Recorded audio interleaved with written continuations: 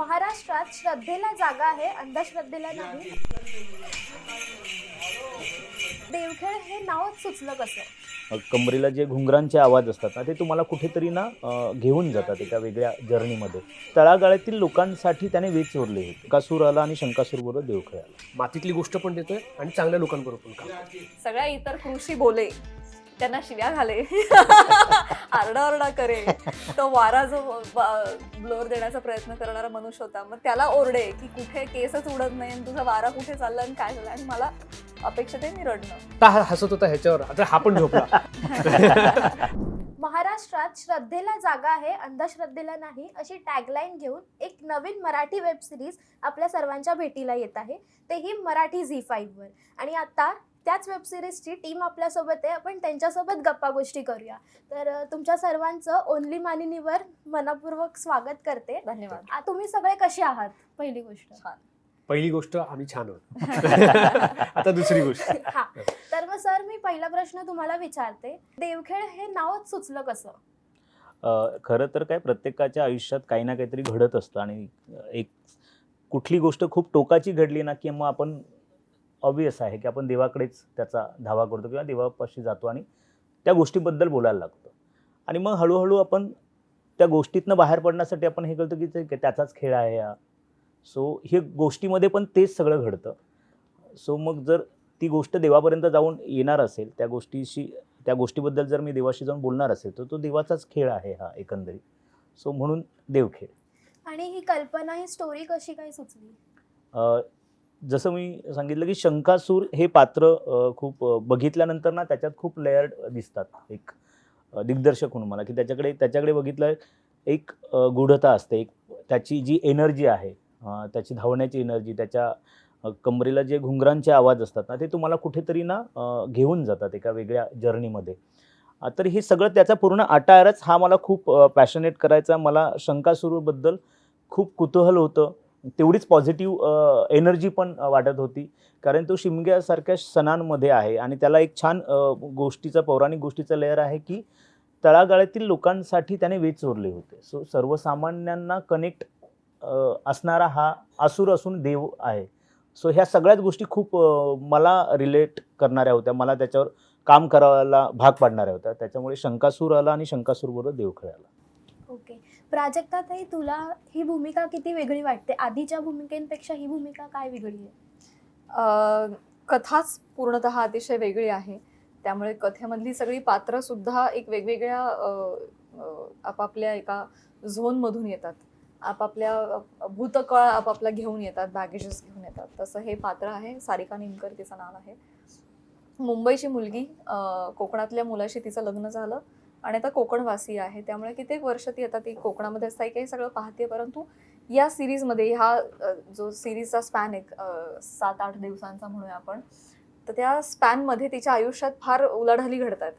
आणि काय म्हणूयात ना, ती आत्ता नेमकी अशा पतलावर आहे की भूतकाळ संपलेला आहे, पण त्याचे फार मोठे इम्पॅक्ट आहेत आत्ता वर्तमानामध्ये. भविष्याचं काही ठरलेलं नाही आहे, काय माहीत नाही काय होणार आहे. आणि आत्ता खूप आंदोलनं चालू आहेत. त्यामुळे अतिशय इंटरेस्टिंग प्लॉटवर आणि आत्ता ह्याच्यावरती उभी आहे पतलावर, तर ते फार इंटरेस्टिंग आहे. आणि ही भूमिका करताना किंवा या सेटवरती अशी काही धमाल मस्ती तुला अशी शेअर करायला आवडेल जी तू कधी विसरू शकत नाही? हा, एक सीन शूट करताना आलेली मस्ती मजा मी कधीही शूट करू शकणार, म्हणजे विसरू शकणार नाही. जो आम्ही एक सिक्वेन्स शूट करत होतो, तर काय मी सांगू शकणार नाही, परंतु मला डोळ्यात पाणी आणणं अपेक्षित होतं. ठीक आहे. आणि मला अशी इच्छा असते माझी की ग्लिसरीन वगैरे न घेता आपसूक पाणी यावं, बरं का.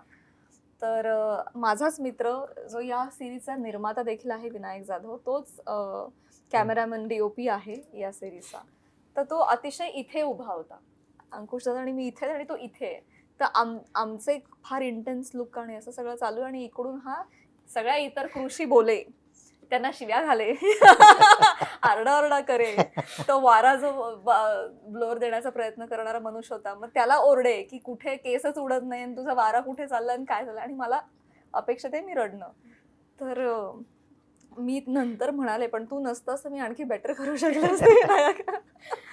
अंकुश दादा, आता तुझ्याकडे येते. इन्स्पेक्टरची भूमिका आणि आता श्रद्धा अंधश्रद्धा यामध्ये एक लाईन आहे, त्याबद्दल काय सांगशील? देवखेळ मुळात आपल्या कोकणातला खेळ आहे असं म्हणायला हरकत नाही. शिमगाच्या निमित्ताने हा देवखेळ खेळला जातो. आणि मी जेव्हा हे पात्र बघितलं, जेव्हा मला ही गोष्ट ऐकवली, तेव्हा मला त्यातला इन्स्पेक्टर एक वेगळा आणि छान हिरोईक असा वाटला. आणि तो त्या गावात आल्यानंतर ती गोष्ट सुरू होते. त्यामुळे मला एक्साइटमेंट याच गोष्टीची होती की ती गोष्ट सुरू होते, त्यातला धरून परंपरा, रूढी, आत्ता चाललेले सगळे त्यावेळेला चालू असलेले शिमग्याच्या निमित्ताने पालखी निघणं वगैरे, ह्याला धरून एक कथा, एक गोष्ट तयार केली होती. त्यामुळे मला खूप एक्साइटमेंट आली की बाबा ही वेब सिरीज नुसती वेब सिरीज राहणार नाही, त्याचे खूप सिरीज होत राहणार, खूप पार्ट होत राहणार. इतकी गोष्टीमध्ये गंमत आहे. लिखाणाचं कौतुक निखिल आणि गौरव यांचं. डिरेक्टर चंद्रकांत सर, त्यांनी खूप छान पद्धतीने शूट केलं. विनायक सर जे प्रोड्युसर पण आहेत आणि DOP आहेत. सो एक सगळ्यांमध्ये खूप वेगळी आहे ना ऊर्जा होती पहिल्यापासून. तर मला असं वाटतं की मी एक त्या गोष्टीचा भाग आहे. ह्याचा मला खूप आनंद आहे की मी मातीतली गोष्ट पण देतोय आणि चांगल्या लोकांबरोबर पण काम करतोय.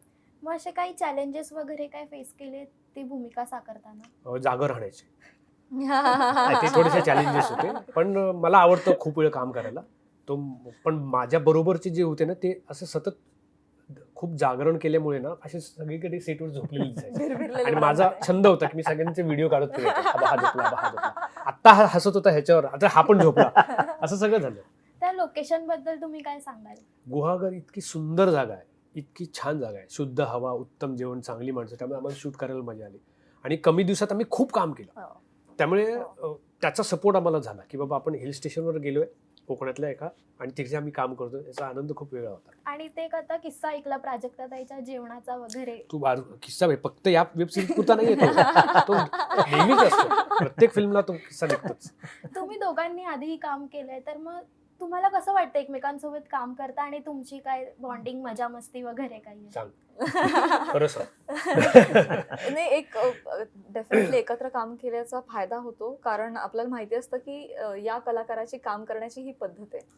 तर मला हे माहिती असतं, जेव्हा अंकुशदा सेटवर येतात तेव्हा त्यांचा अख्खा सीन तोंडपाठ असतो. समोरची वाक्य त्यांची पाठ असतात, काय घडणार आहे त्यांना माहिती असतं. आपणच अनभिज्ञ असतो बरेचदा, त्यांना आगापिछा सगळं माहिती असतं.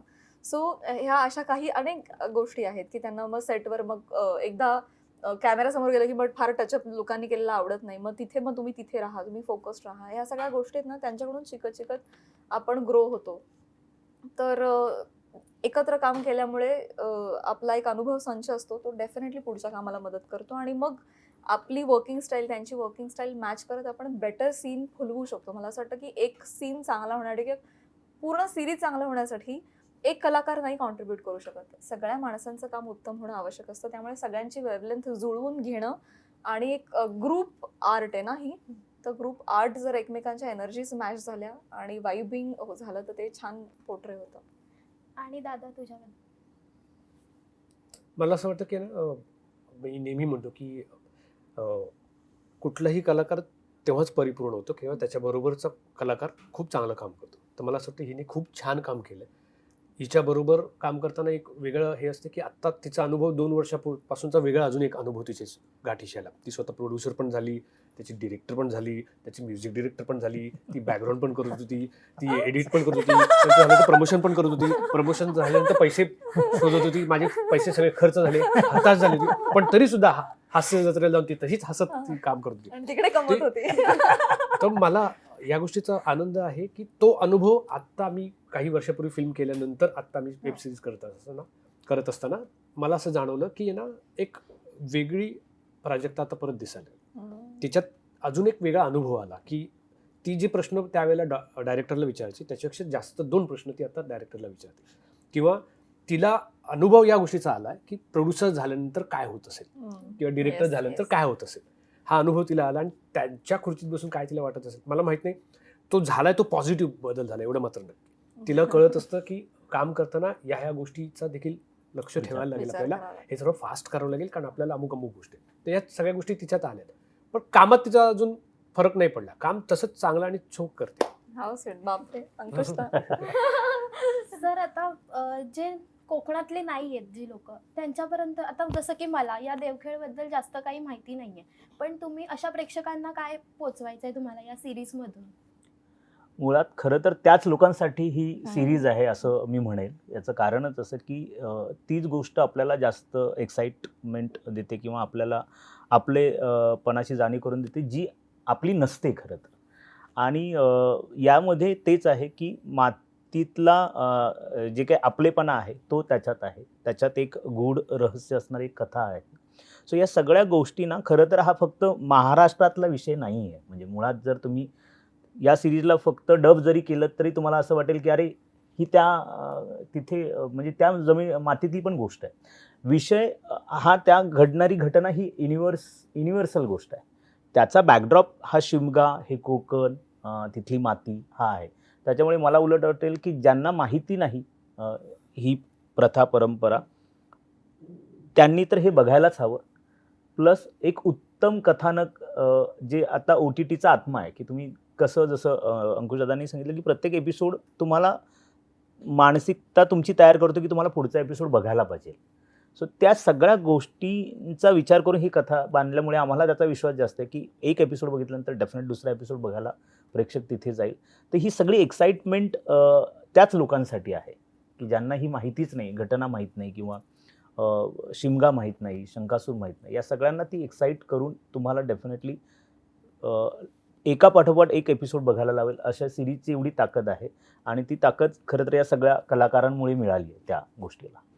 मी आता खूप फार एक्साइटेड आहे ही सिरीज बघण्यासाठी आणि तुम्हा सर्वांना या सिरीजसाठी खूप खूप शुभेच्छा. Thank you so much. जाता जाता हे मी आवर्जून नमूद करते, 30 जानेवारीला मराठी झी5 वर देवखेळ नावाची आमची वेबसिरीज येते. जरूर पहा.